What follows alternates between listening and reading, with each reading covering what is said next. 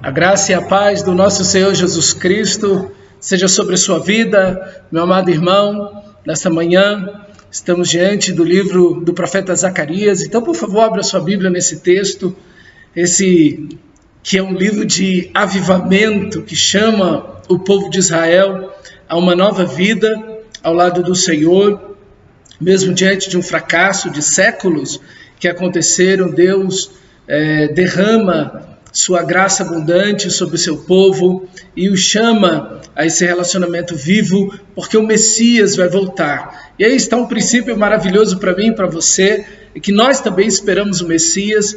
Nós vemos um mundo e a própria história da igreja que muitas vezes tropeça sensivelmente e que precisa tanto de restauração, de avivamento. E esse é um momento na história da igreja aqui no Brasil de que há uma necessidade tremenda de um avivamento. Nosso país passa momentos difíceis, sejam eles sociais, sejam eles econômicos, sejam eles políticos, em todos os aspectos.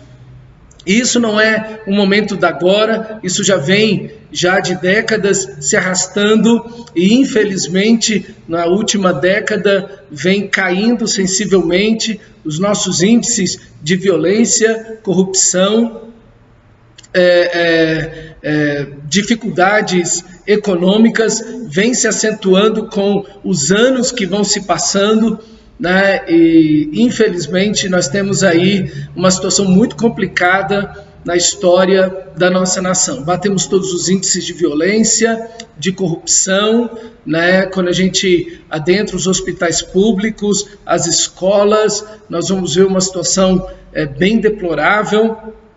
E a pandemia veio para também agravar tudo isso, acentuar todos esses elementos. Então, de fato, a gente vive um momento complicado, mas meditar no livro de Zacarias é um ânimo maravilhoso para a gente, porque Zacarias, que viveu 500 anos antes de Jesus, esperava o Messias junto com a nação de Israel. E nós olhamos para trás a vida, a história, tanto do profeta Zacarias, aqueles profetas que ali estavam junto a ele, que é Ageu e depois Malaquias, esperando o Messias. Nós também esperamos o nosso Senhor Jesus, agora na sua segunda vinda, que virá para reinar e glorificar ainda mais o seu nome sobre toda a terra, fazendo-se conhecido. E a igreja tem essa tarefa maravilhosa de pregar o evangelho a toda criatura, pregando o evangelho na nossa comunidade, na nossa família,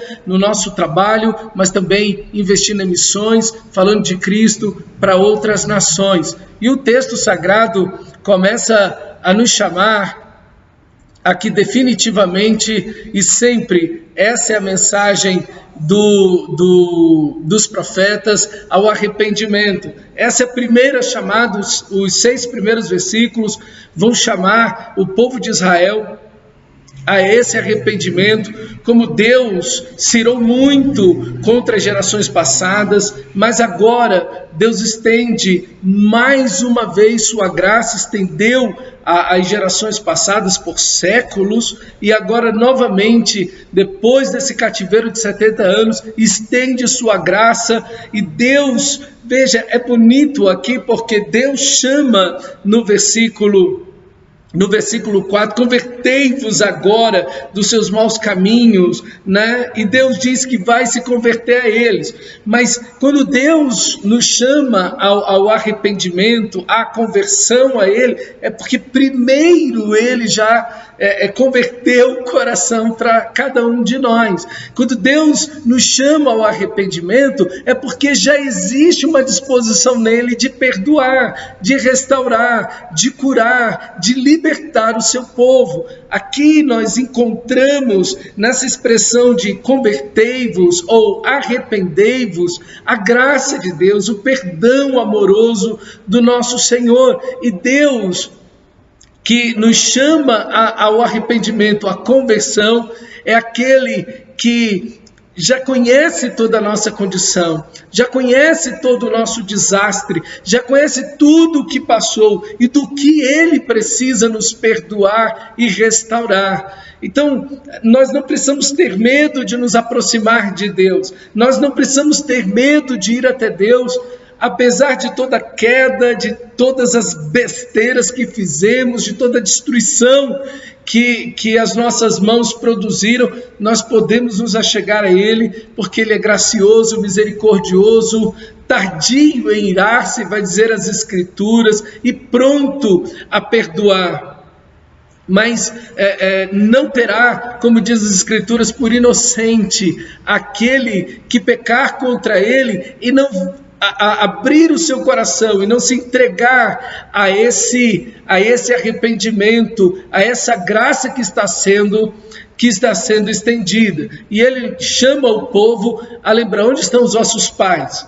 Eles pecaram, se rebelaram contra mim, eu os chamei por meio dos profetas ao arrependimento. Eles rejeitaram isso por séculos, por mais ou menos 2000 anos, 1500 anos, rejeitaram a proposta de arrependimento, o chamado de voltar-se para mim. E onde estão seus pais?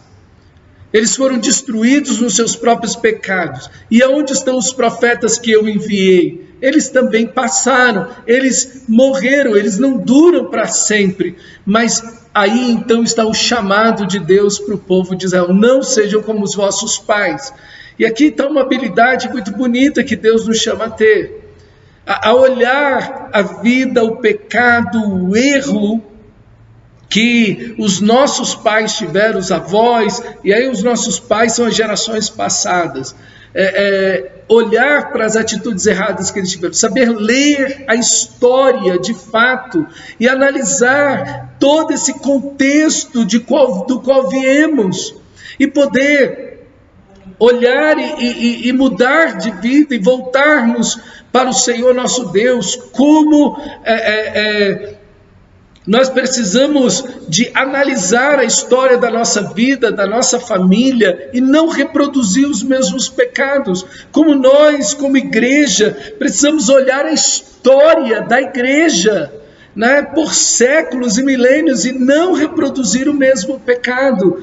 E como você precisa olhar, por exemplo, para o casamento, os casamentos da sua família, e olhar coisas boas e ruins, e analisar tudo isso, viver a vontade de Deus, a palavra de Deus, a criação dos filhos, o gasto de dinheiro, enfim, todas essas coisas, todos esses elementos precisam ser analisados. A Bíblia diz: julgai todas as coisas e retende o que é bom. E aqui, seguida esse chamado de arrependimento, vem uma visão. Existem cavalos vermelhos com seus cavaleiros andando pela terra, e a terra está em paz e tranquila, isso é, a terra está desabitada, a terra de Jerusalém está completamente desabitada.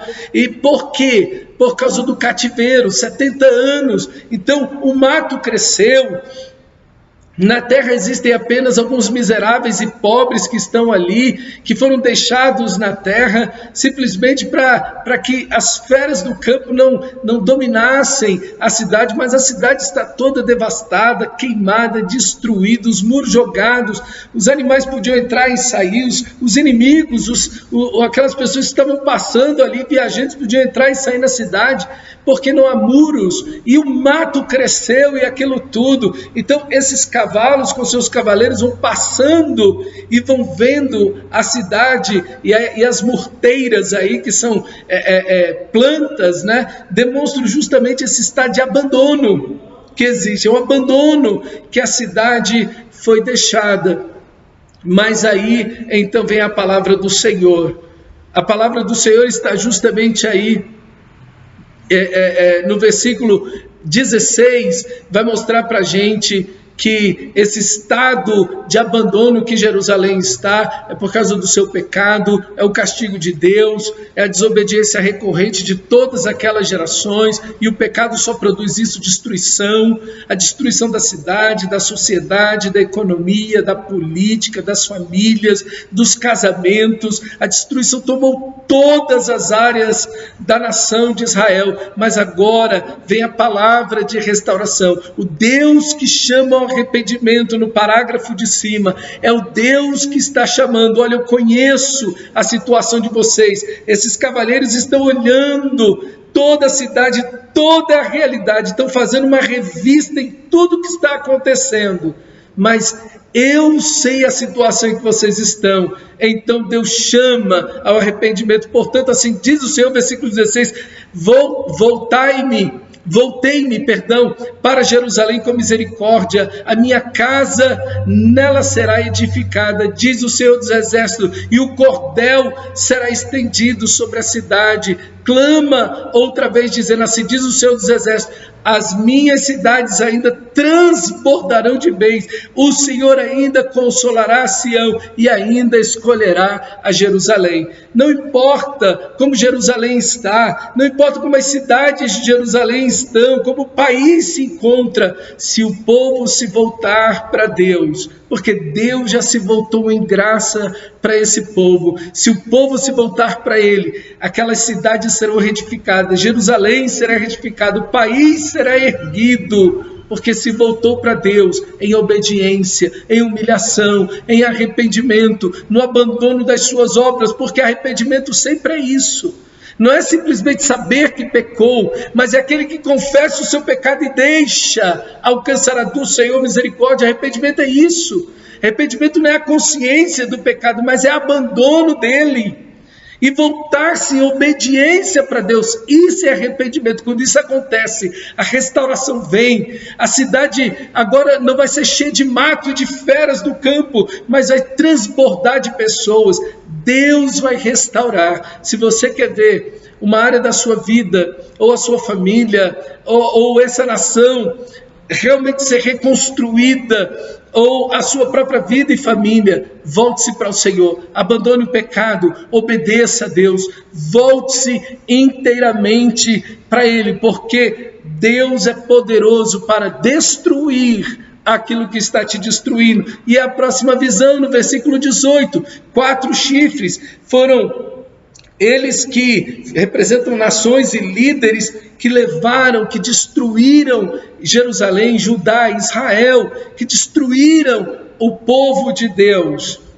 E aí você tem os babilônicos, aí você tem, antes disso, os assírios, você tem a própria Síria, você tem o Egito. Quantos inimigos Israel não tinha? E que destruíram por séculos a nação de Israel, culminando com a nação da Babilônia. Mas agora, 4 ferreiros, 4 lapidadores, e não importa a força que tenham esses chifres, ainda que eles sejam feitos de ferro, Deus tem 4 ferreiros para destruir cada uma daquelas nações que destruíram o povo de Deus.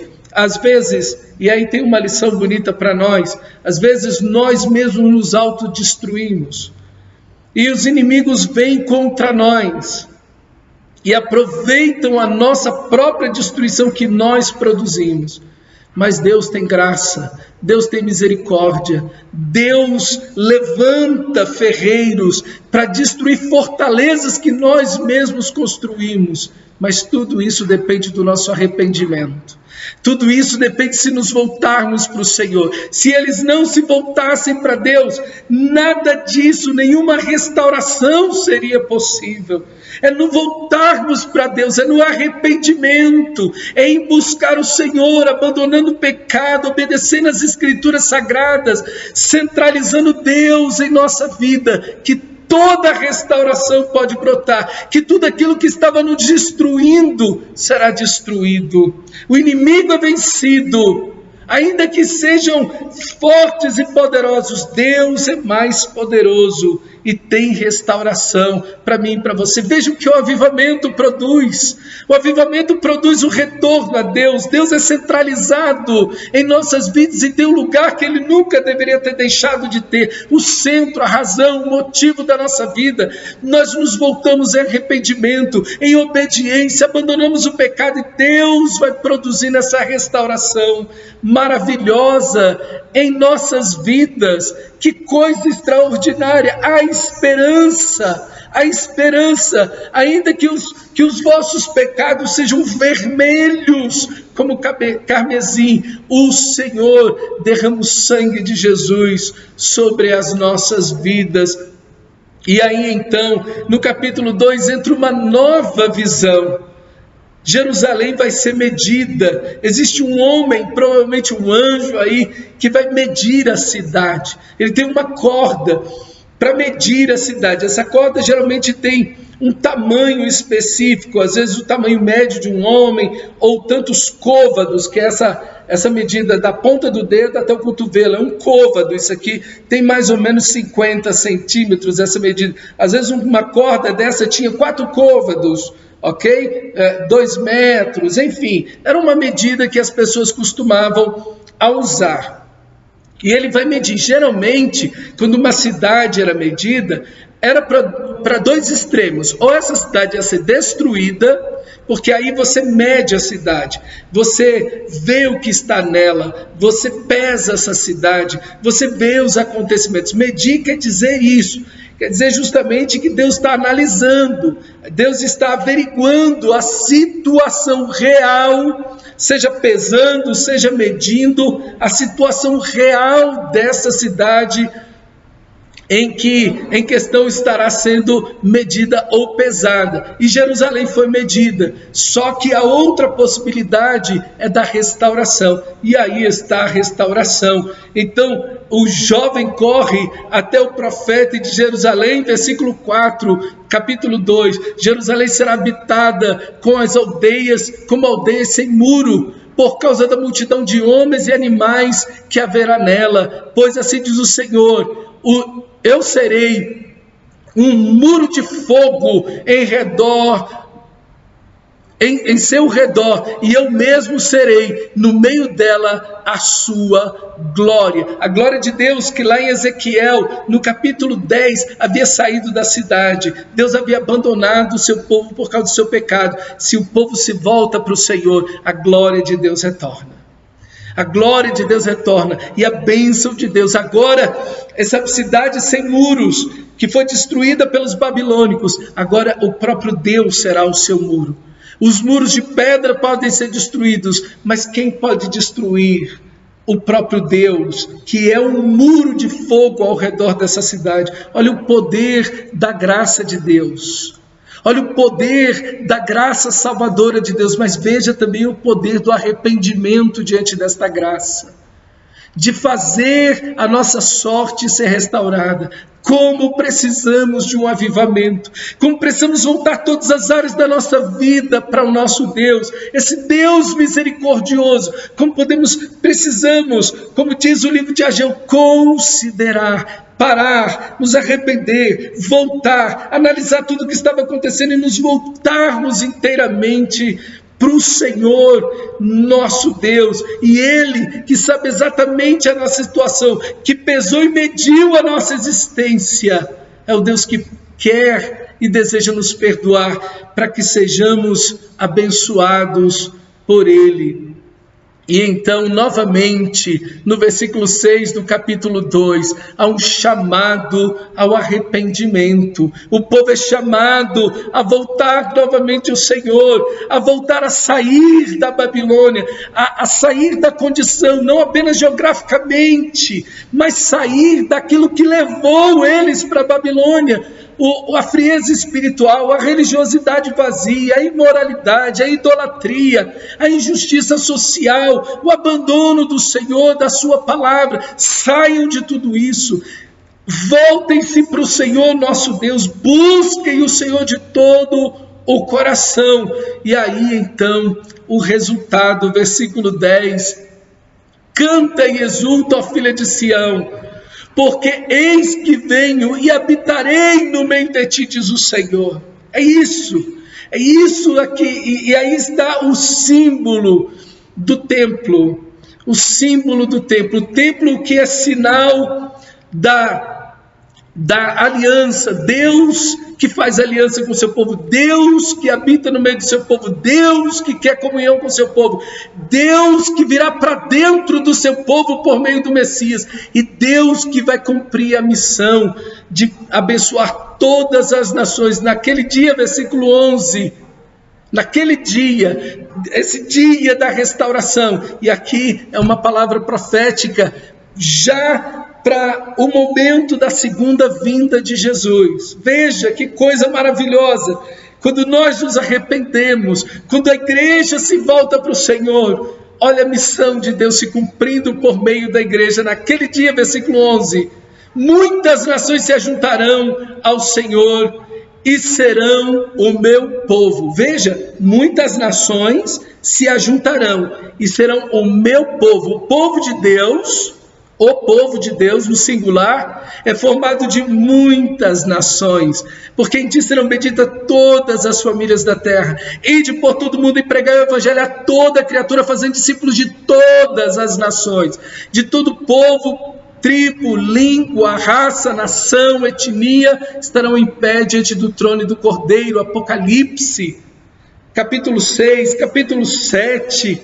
Meus irmãos, aqui está, dentro de Jerusalém, não a Jerusalém física, mas a Jerusalém celestial. Porque se olharmos fisicamente, se fosse a Jerusalém física lá no Oriente Médio, isso nunca aconteceu. Mas aqui está a promessa, que na Nova Jerusalém, todas as nações, um único povo, multicultural, um único povo, internacional, de todas as nações, adorando ao Senhor e glorificando o seu nome.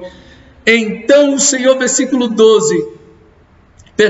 11, naquele dia muitas nações se juntarão ao Senhor e serão o meu povo, habitarei no meio de ti, e saberás que o Senhor dos exércitos é quem me enviou a ti. Então o Senhor herdará a Judá, isso é a Nova Jerusalém, como sua porção na terra santa, e de novo escolherá a Jerusalém. Claro, a Jerusalém celestial, esse povo salvo pelo sangue de Jesus. Ele não está falando da Jerusalém física, ele chama o povo, e veja, aqui há um chamado para Jerusalém física, para o povo judeu voltar-se para o Senhor, mas aí há uma projeção para o futuro, para aquilo que será perfeito. Isso é sempre muito apocalíptico, né? Essa coisa do aqui e agora, mas também daquilo que é vindouro. O chamado para esse momento de voltar-se para Deus, mas olhando para frente, onde isso será plenipotente, onde isso será eterno, onde todos se voltarão para Deus, de todas as nações, todos os que Deus escolheu, de todos os povos, para serem um só povo, nessa nova Jerusalém que desce do céu, onde todas as nações serão representadas ali pelos escolhidos de Deus, pelos escolhidos do Senhor. Versículo 13, cale-se toda a carne diante do Senhor, porque Ele se levantou da sua santa morada. Então, aqui está esse texto maravilhoso para mim e para você. Que esperança! Às vezes, o que nós precisamos, irmãos, de fato agora, é nos voltarmos para o Senhor sempre. Sempre, quando fazemos isso, no versículo 8, e eu gostaria de concluir com ele: pois assim diz o Senhor dos exércitos, para obter ele a glória, enviou-me às nações que vos despojaram, porque aquele que tocar em vós, toca na menina dos meus olhos. Deus vem para defender o seu povo. Deus vem para destruir aqueles que querem destruir o seu povo, mas Deus também vem com a sua glória para arrebanhar de todas as nações o seu povo, que é um só povo, habitando nessa nova Jerusalém. Nós, o povo de Deus, brasileiros e pessoas de todas as nações, povos, tribos, línguas e raças, estaremos diante do Senhor. E quem é esse povo?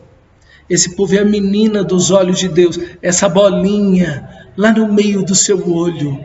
Você não deixa ninguém tocar ali. Meu irmão, assim é você. Assim é cada irmão, é cada um dos filhos de Deus, assim é o povo todo do Senhor. Ele que é esse muro de fogo ao redor do seu povo, Ele que cuida do seu povo como a menina dos seus olhos. Que isso te dê paz, te dê segurança, te dê tranquilidade, mesmo em meio ao mundo que está se revoltando em conflitos, em guerras, em pandemia, em crises, elas sejam sociais, políticas, econômicas, enfim, não importam quais sejam as crises, o Senhor é um muro de fogo ao redor do seu povo. Você é a menina dos olhos de Deus e você faz parte desse povo que estará para sempre diante do Senhor. Que Deus te abençoe, que você se volte de todo o coração a Ele, cada área da sua vida, e não deixe nada de fora, porque qualquer área da sua vida que não esteja voltado para Deus se tornará uma grande destruição e uma grande desolação. Mas se nos voltarmos para Deus, o Senhor vai glorificar o nome dEle. Que Deus te abençoe, meu irmão, e que você se volte inteiramente a arrependimento, quebrantamento, para obedecer ao Senhor e abandonar o pecado em nome de Jesus. Deus te abençoe.